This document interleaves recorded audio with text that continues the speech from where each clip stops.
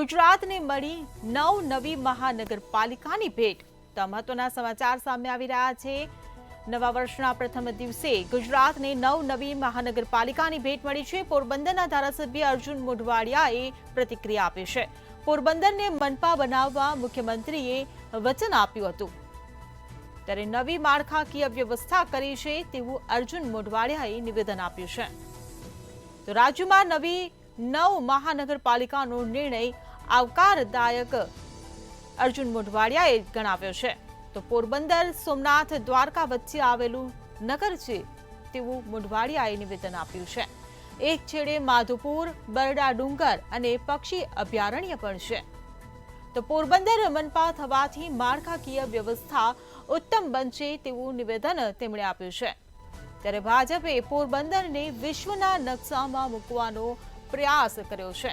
રાજ્યમાં નવી 9 મહાનગરપાલિકાનો નિર્ણય આવકારદાયક હોવાનું અર્જુન મોઢવાડિયાએ પ્રતિક્રિયા આપી છે। ત્યારે ગુજરાતને 9 નવી મહાનગરપાલિકાની ભેટ મળી છે। તો નવી મહાનગરપાલિકાઓને મંજૂરી આણંદ, મહેસાણા, વાપી, ગાંધીધામ, મોરબી, સુરેન્દ્રનગર, નવસારી, નડિયાદ ને પોરબંદર આ નવી 9 મહાનગરપાલિકાઓને મંજૂરી આપવામાં આવી છે। ત્યારે નવા વર્ષના પહેલા જ દિવસે ગુજરાતને આ નવી 9 મહાનગરપાલિકાની ભેટ મળી છે, જેમાં આણંદ, મહેસાણા, વાપી, ગાંધીધામ, મોરબી, સુરેન્દ્રનગર આ સાથે જ નવસારી, નડિયાદ અને પોરબંદરનો સમાવેશ થાય છે। નગરપાલિકાઓને મહાનગરપાલિકામાં ફેરવવાનો નિર્ણય ભારતીય જનતા પાર્ટીની સરકારના મૃદુ અને મુક્કમ મુખ્યમંત્રી ભૂપેન્દ્રભાઈ પટેલે ગત વિધાનસભાની અંદર લીધેલો હતો અને નીતિ વિષયક જાહેરાત કરી।